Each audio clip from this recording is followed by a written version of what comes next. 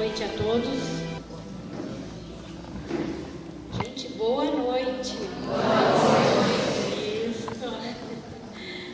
Bem-vindos à 19ª Semana Espírita, uma realização da União Municipal Espírita, composta pela Sociedade Espírita Bezerra de Menezes, a Sociedade Espírita Caminho da Luz, Sociedade Espírita Boa Nova e o Instituto Espírita Allan Kardec. Nós queremos fazer um agradecimento muito especial à equipe, à direção da PAI, que cedeu este espaço para que possamos realizar nas 4 noites as atividades da Semana Espírita. Então, nosso carinho, nosso muito obrigado à equipe da APAI. Hoje nós temos a presença aqui do Dr. Edson Cardoso, perdão, Dr. Edson Cardoso de Santo Ângelo, e nós temos uma surpresa ao lado dele. Quem não o conhece, quem o conhece, né? Wilson Paim, tá? Também atuante, né, no meio espírita. Tá? Edson Luiz Cardoso, nascido em São Gabriel, radicado em Santo Ângelo, médico especialista em medicina interna pela Universidade Federal de Pelotas, psiquiatra, psicoterapeuta formado no Instituto Ubucaim de Porto Alegre, especialista em dependência química pela Universidade Federal de Ciências de Saúde de Porto Alegre. Também é coautor do livro Apoio Fraterno, Auxiliando Almas a Vencer a Dependência Química, que é este livro aqui, onde acompanha um CD.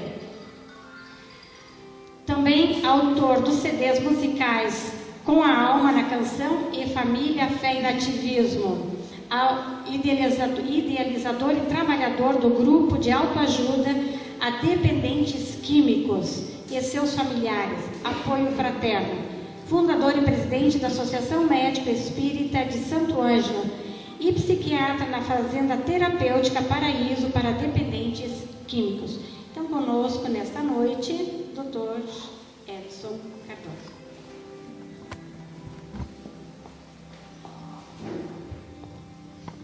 Uma boa noite a todos. Sejam todos muito bem-vindos nesse espaço de amor, de paz, de luz. Que a paz do Cristo esteja no coração de todos nós. Antes de nós iniciarmos a palestra da noite, nós vamos ter um momento musical com o nosso querido amigo, cantor, que muitos e muitos de nós aqui do Rio Grande conhecemos e amamos.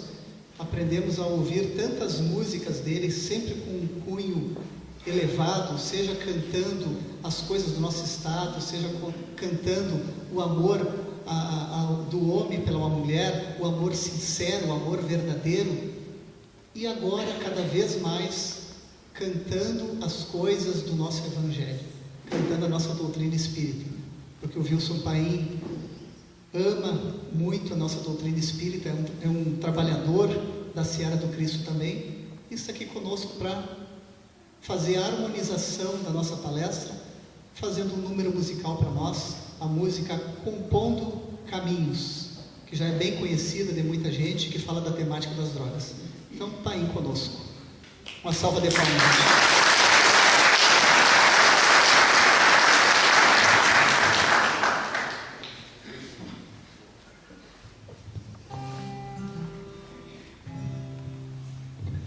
Boa noite a todos. É uma grande alegria a gente trazer essa pequena semente que nasceu comigo quando eu tinha 8 anos de idade, lá no Alegrete, na minha terra, que é a música. E que hoje não faz parte somente da minha vida, mas faz parte da vida da minha família. Nós somos uma família muito unida e unidas também na filosofia espírita. O meu filho toca comigo, é uma atuante na música. A minha esposa canta comigo, a Janaína Maia, ela que cantou muitos shows e continua cantando a música Vitória Régia, que é uma música bem conhecida, que ela, quando nos conhecemos, eu já tinha gravado ela com a cantora Xana Miller, e é uma música de muito sucesso, uma música que fala do amor. E hoje, acompanhando esse amigo, o Edson Cardoso, que é um grande poeta, é um médico, é um psiquiatra atuante, doa muito do seu tempo para a filosofia espírita, faz um trabalho maravilhoso lá na cidade de Santo Ângelo. E nós nos afinamos porque somos dessa mesma família, a família espírita. Nós somos uma grande família, moramos numa casa muito grande, redonda, que é administrada por Jesus Cristo e que de pouco a pouco está entrando no coração de muitas e muitas pessoas. Então eu dou a minha arte, a minha voz e o meu canto para essa filosofia com muito, mas muito amor. Então foi anunciada a música Compondo Caminhos, que fizemos. Sabe que tem uma história bacana desse Compondo Caminhos aí, que logo que eu gravei a música Compondo Caminhos, algumas pessoas chegavam para mim nos shows, lá no Paraná, principalmente, diziam: Wilson Paim, que coisa boa, que tu passou por esse problema, mas já resolveu o problema das drogas. Eu digo, a droga já passa por nós o tempo todo, mas eu nunca usei droga. Poxa, mas essa música, você representa tão bem quando canta essa música. Eu disse, que coisa boa quando a gente canta, mesmo não tendo passado por esse problema muito grande, mas como é bom quando a gente canta e a gente transmite, chega no coração das pessoas. Mas isso me levou a um pensamento muito positivo, que as pessoas que ainda estão atuantes nesse grande problema, essa música, ela diz tudo. Ela mostra realmente a esperança, que existe a esperança, que existe a maneira de sair. Então, eu quero dizer assim, eu já digo várias vezes em público, que eu nunca usei esse tipo de droga, mas que pena que tem ainda pessoas atuantes nessa área e que essa música nossa, esse teu poema, juntamente com o Pedro Darcy, esse nosso trabalho, que possa chegar no coração dessas pessoas. Mas antes eu quero cantar a música da área nativista. Posso? 2 músicas? Aproveitando, Vou cantar uma música que também representa muitas pessoas que deixaram a sua cidade, a sua família, os seus amigos e até mesmo o seu grande amor para buscar novos horizontes em algum lugar, ou no trabalho, ou no estudo. Uma conversa de um pai com um filho, um pito.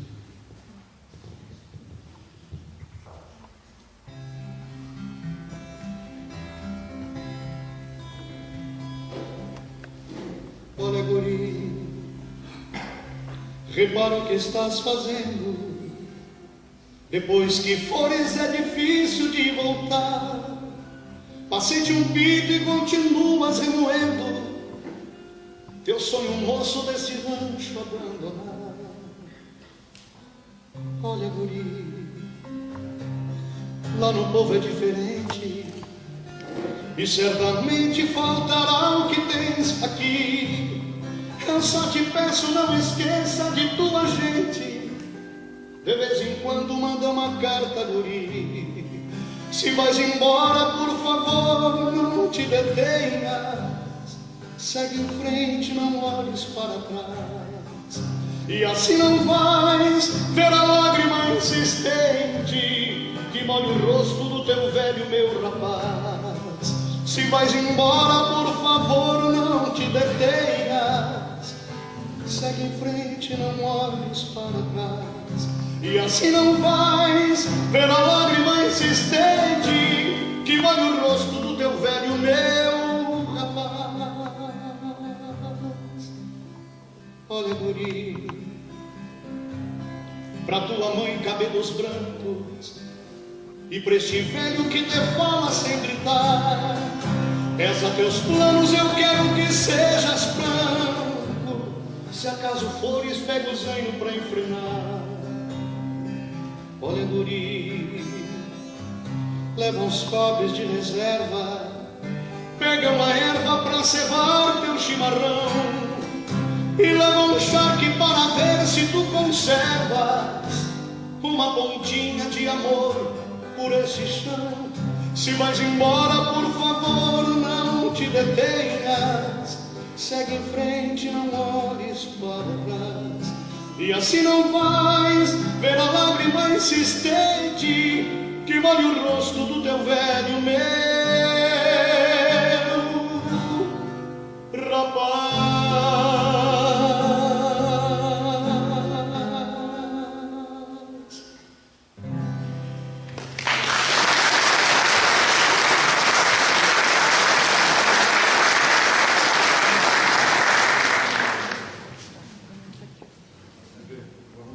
O que vai ser agora, meu amigo? Confundo o caminho.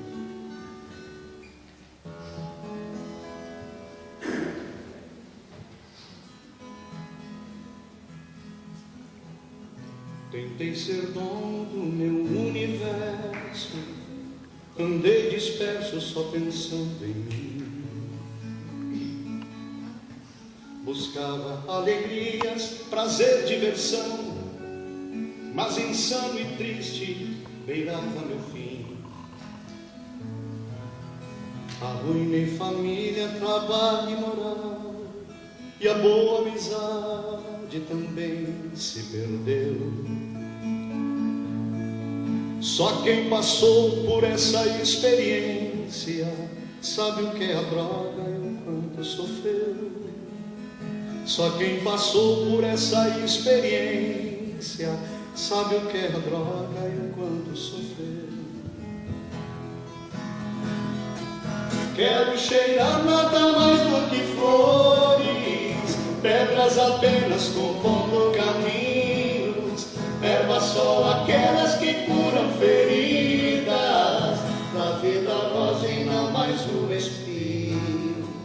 Quero cheirar nada mais do que flores, pedras apenas compondo caminhos, ervas só aquelas que curam feridas, da vida rosa e não mais o espinho.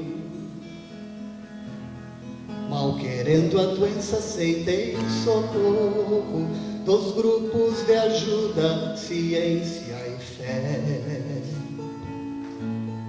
Foi ato importante tratar a família, a união de esforços deixou-me em pé.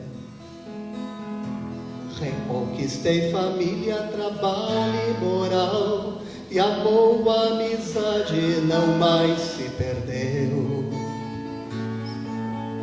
Só quem passou por essa experiência sabe o que é a droga e o quanto sofreu.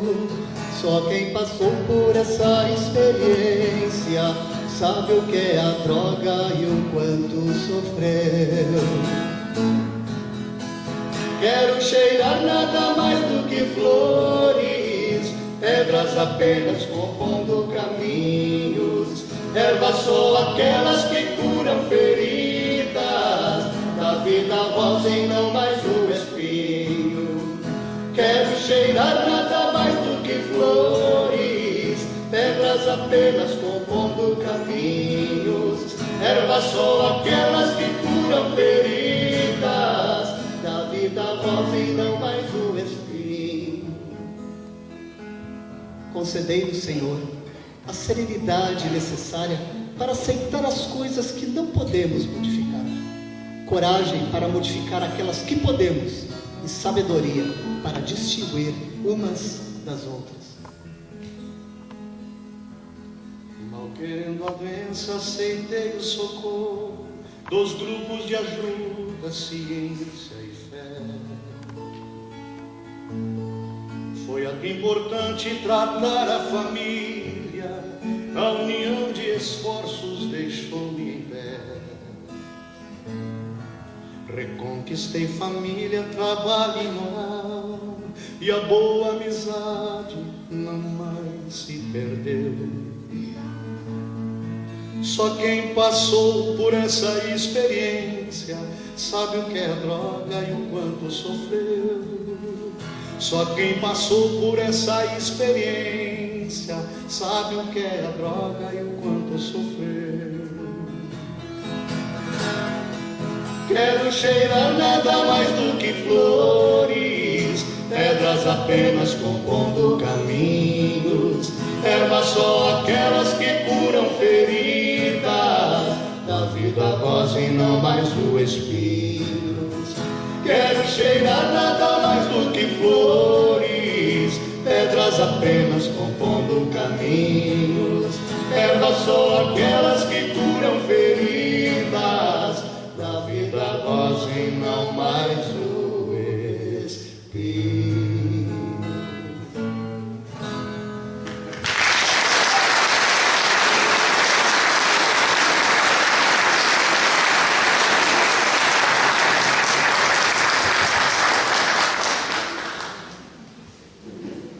A gente veio com tudo hoje para valorizar a vida. Valorizar a vida de várias e várias maneiras.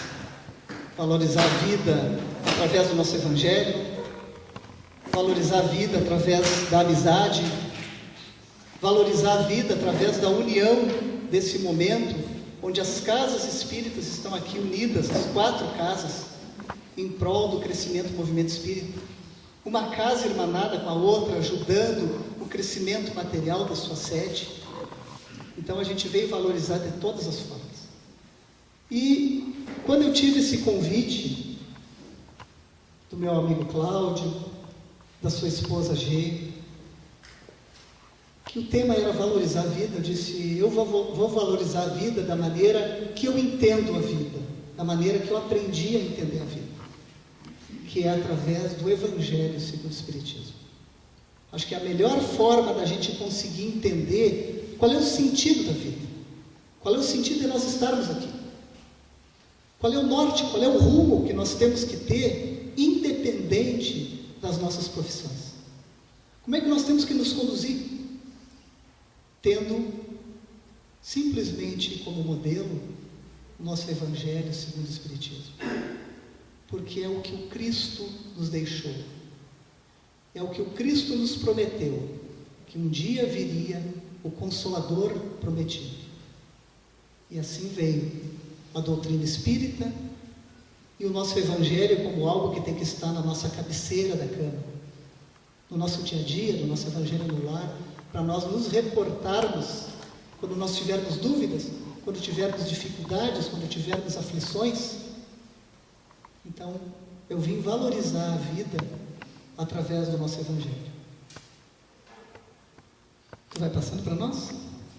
Acho que a gente pode desligar um pouquinho essa luz da frente aqui para ficar mais nítido.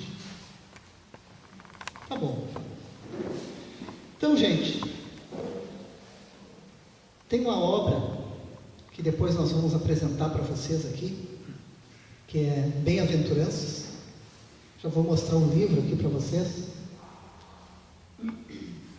Livro Bem-aventuranças, que tem um CD musical também, é o mesmo nome, CD Bem-aventuranças, que a gente construiu. Eu construí as poesias, Wilson Paim construiu as melodias, e no CD Wilson Paim canta as melodias do nosso Evangelho. Então é o Evangelho através da arte. São os 28 capítulos do nosso Evangelho, buscado a sua essência, assim como eu consegui sentir, como a espiritualidade me inspirou para tirar cada essência de cada um dos capítulos do Evangelho e transformar em arte. Nós vamos falar sobre isso. Só que antes disso, nós vamos falar um pouquinho sobre a obra principal, que é o Evangelho segundo o Espiritismo. Pode passar. Nós vamos encontrar no livro Obras Póstumas o seguinte dizer, que esse livro, Obras Póstumas, é o resultado de vários documentos e textos escritos por Allan Kardec, encontrados depois de sua desencarnação em seu escritório. Nele encontramos observações sobre a origem do Evangelho segundo o Espiritismo, cujo título no início não era o Evangelho segundo o Espiritismo. Kardec chamava de imitação do Evangelho. Pode passar. Lá no livro Obras Póstumas, a gente tem alguns questionamentos de Kardec aos espíritos, porque ele tinha uma preocupação muito grande. A época que Kardec vivia, e ele era o pioneiro na construção, na codificação da doutrina espírita, é claro, com um movimento da Igreja Católica intenso, forte, é óbvio que ele tinha receios, ele tinha medo, era um ser humano reencarnado com uma missão, mas também com seus temores. Então ele questionava os espíritos. Primeiro ele começou a perguntar assim aos espíritos: que pensais da nova obra em que trabalho nesse momento? E os espíritos responderam: esse livro das doutrinas terá uma influência considerável que aborda questões capitais. E não só o mundo religioso nele encontrará as máximas que lhe são necessárias, mas a vida prática das nações nele aurirão excelentes instruções. Então vê, gente, a espiritualidade falando com Kardec e dizendo a proporção que essa obra teria, que seria algo prático, muito além das religiões. Uma obra sem máscaras, uma obra clara e direta, saindo de todas as figuras, de todos os nomes difíceis, das parábolas que o Cristo deixou, porque naquela época nem tudo podia ser entendido. O Evangelho veio para deixar a mensagem clara. E os espíritos disseram para Kardec: fizeste bem em abordar questões de alta moral prática do ponto de vista dos interesses gerais, dos interesses sociais e dos interesses religiosos. A dúvida deve ser destruída. Pode passar.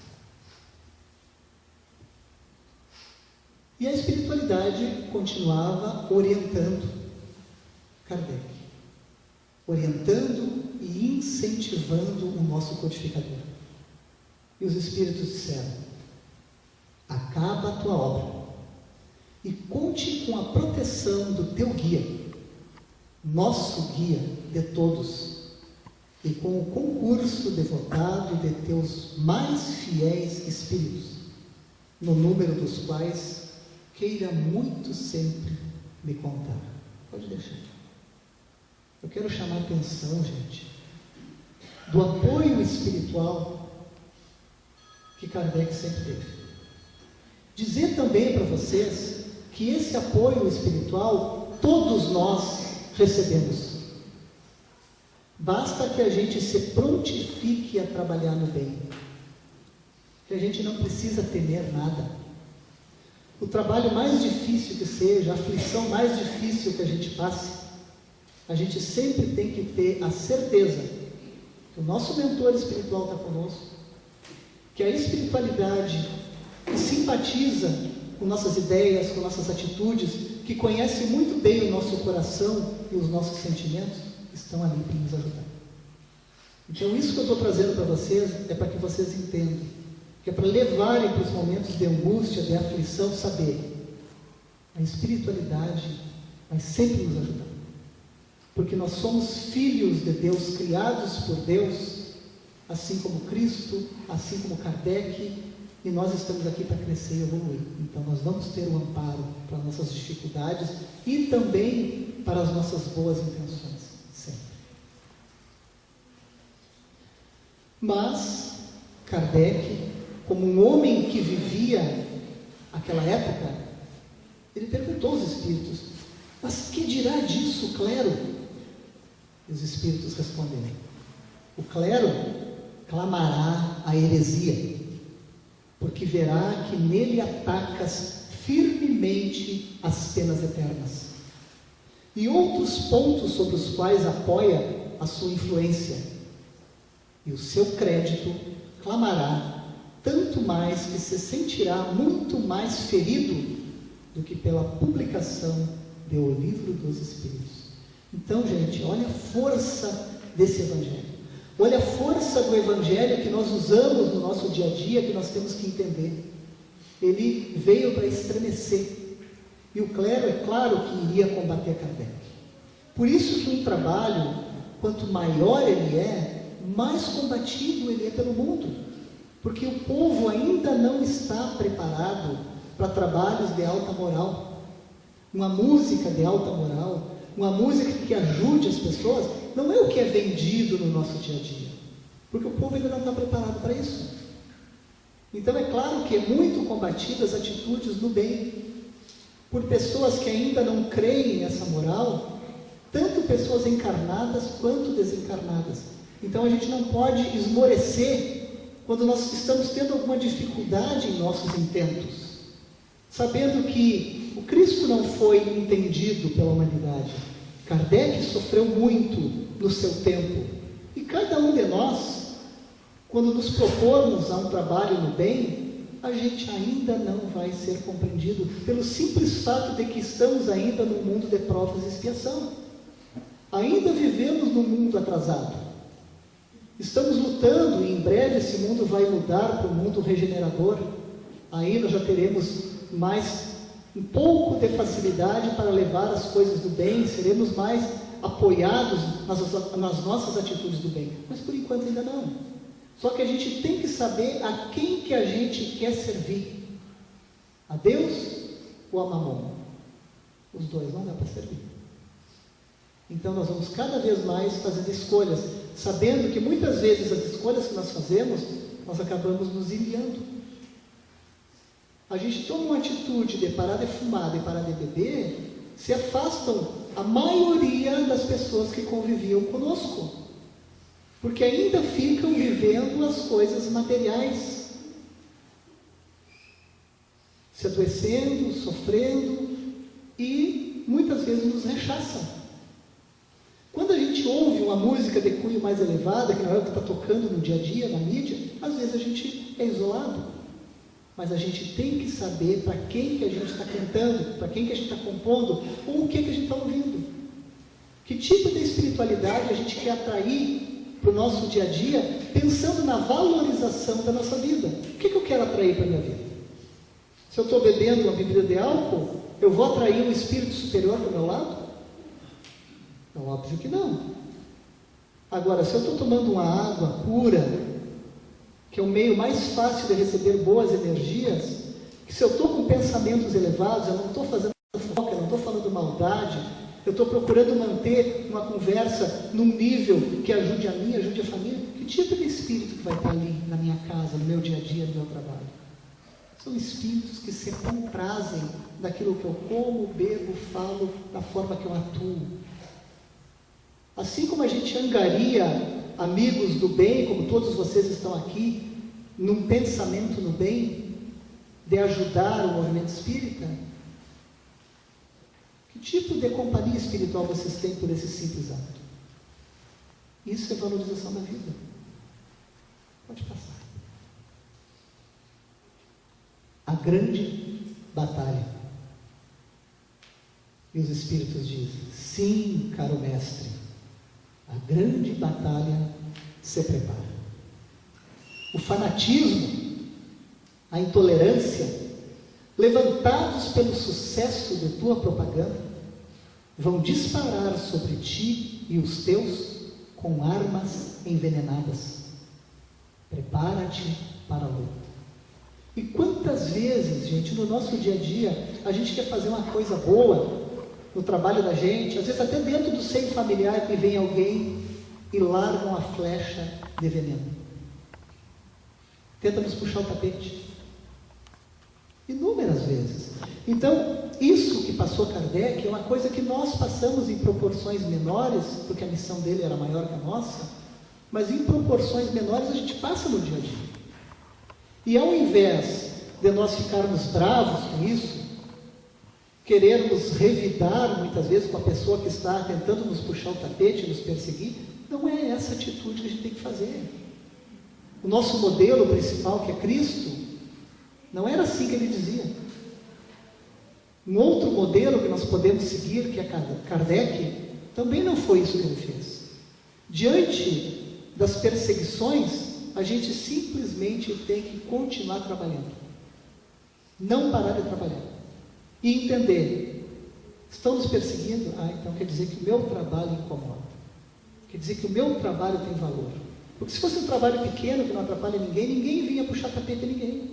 Porque não tem importância. Então, quanto maior é a nossa obra, mais vai ser combatida nesse mundo.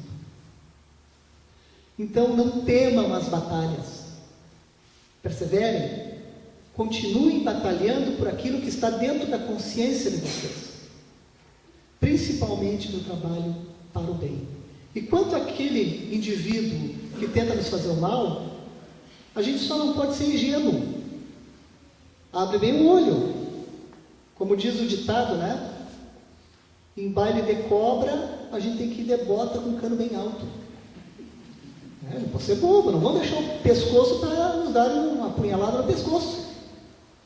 Levar o inimigo para dentro da tua casa para tomar um chimarrão, para churrasquear contigo? Não, é um inimigo. A única coisa é que eu não vou fazer a mesma coisa que ele faz para mim, senão eu vou estar sendo tão sem evolução quanto ele. O que o Cristo dizia? Ama teu inimigo. Só que a gente tem que entender. Amar uma pessoa que está nos fazendo mal é simplesmente não odiá-lo.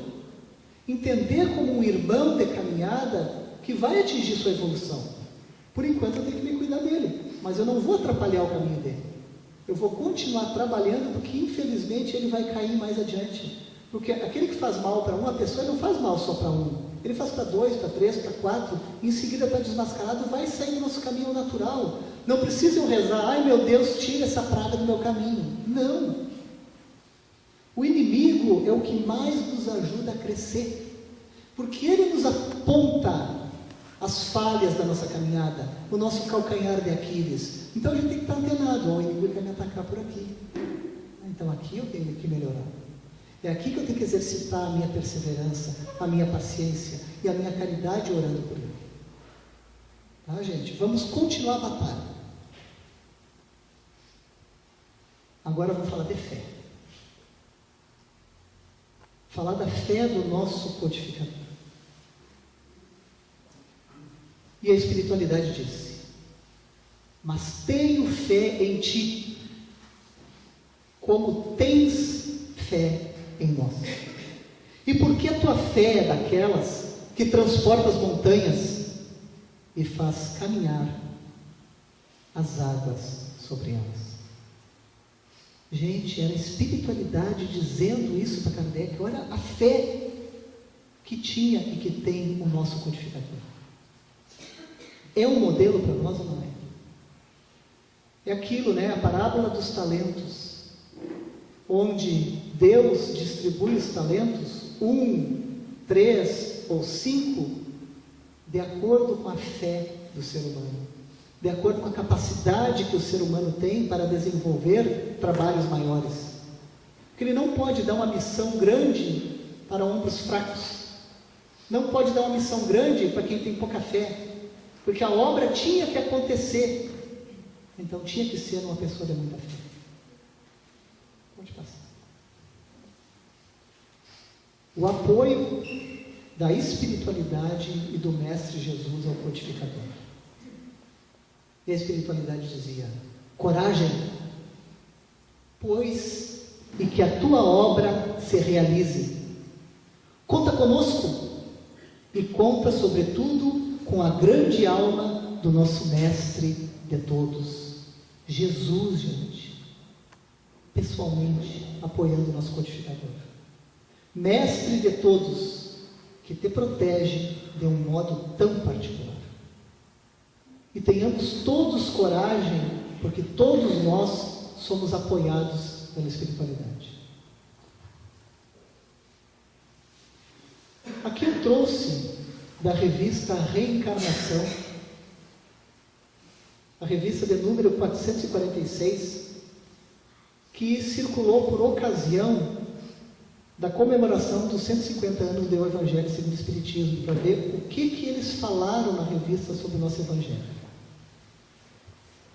Quanto mais se estuda essa obra, mais se ele identifica a grandeza e a atualidade do seu conteúdo. Porém, 150 anos para medirmos o adiantamento dos mundos e das civilizações é irrisório. e numericamente insignificante, o que evidencia que essa obra muito ainda tem a fazer. Gente, como nós estamos ainda no mundo de provas e expiações, é claro que nós precisamos muito ainda do nosso Evangelho para iluminar nossos caminhos. É claro que a gente vai ler o nosso Evangelho vai ser atual, porque nós ainda vivemos num planeta onde nós temos ainda pouca moral, todos nós. Usando as palavras do apóstolo Paulo no início da sua caminhada, isso que ele era um jarro escolhido pelo Cristo. Mesmo assim, Paulo no início da caminhada dizia: eu não faço todo o bem que quero, mas todo o mal que não quero. E nós ainda somos assim. Então, por isso que o Evangelho é atual. Pode passar. Aqui, conhecido do nosso público espírita, mas de repente das pessoas que estão chegando, que são católicos, evangélicos, enfim, apresentando uma das inúmeras capas, né, que tem o nosso Evangelho, porque ao longo do tempo ele sofre reatualizações, não da sua obra em si, que ela é imutável, mas de configurações de capa, vai modernizando, enfim. Então essa é apenas uma das capas. Mas qual é a importância dessa obra? A importância é a utilização prática para as nossas vidas. Como eu disse, o Evangelho tem que ser o nosso livro de cabeceira. O Evangelho traz a moral do Cristo. O Evangelho tem que ser usado por nós para nos nortear naquilo que eu quero fazer, devo fazer, e às vezes eu tenho dúvida. Por meus momentos de aflição, de angústia, de tristeza, quando eu quero uma esperança. Então a gente tem que usar o Evangelho de uma forma prática. Uma ótima dica é aprender a fazer o Evangelho no lar. Vou fazer uma pequena pesquisa aqui. Levanta o braço quem faz o Evangelho no lar. Bom, olhando assim a princípio, está mais ou menos dividido meio a meio. Pode baixar o braço. Mais ou menos meio a meio. Metade das pessoas, metade da nossa plateia faz o Evangelho no lar, a metade ainda não. Então eu vou reforçar o que é esse Evangelho no lar, para aqueles que ainda não conhecem ou ainda conhecem, mas não fazem. Primeiro, como é que se faz o Evangelho no lar? A gente vai pegar o nosso livro, o Evangelho segundo o Espiritismo. Quem não é espírita pode pegar a sua Bíblia, católica, evangélica, não tem problema nenhum. Pega a Bíblia, o Novo Testamento. Organiza um horário em casa para fazer uma vez por semana. Sempre no mesmo dia e sempre na mesma hora. Um dia e uma hora que a família esteja reunida. Por que sempre o mesmo dia e a mesma hora? Porque o Evangelho no lar é um convite para que a espiritualidade esteja no nosso lar naquele momento, nos auxiliando, nos inspirando, nos intuindo da caminhada que devemos seguir. Então é um convite para a espiritualidade estar junto conosco, para Jesus estar dentro da nossa casa. Então como é que a gente vai convidar alguém para vir para a nossa casa se a gente não diz qual é o dia e qual é a hora? Porque a espiritualidade é organizada. Vai ter um grupo que vai auxiliar na casa. Então não pode ser qualquer dia, qualquer hora, porque eles não estão à nossa disposição, ao nosso bel prazer. São trabalhadores. Tá? Então, por isso, o mesmo dia, a mesma hora. Levar água para o nosso Evangelho. Pode ser 1 litro de água, ou quem quiser uma garrafinha de água para cada um. Tem pessoas que bebem bastante água. Às vezes é bom individualizar, porque vai ser colocada naquela água substâncias que a espiritualidade coloca para o bem-estar. E às vezes, se uma criança pode botar de uma certa forma, se é um idoso de uma certa maneira, se a pessoa às vezes tem algum tipo de doença, ele pode ser auxiliado de uma forma diferente para a espiritualidade. Tá? Mas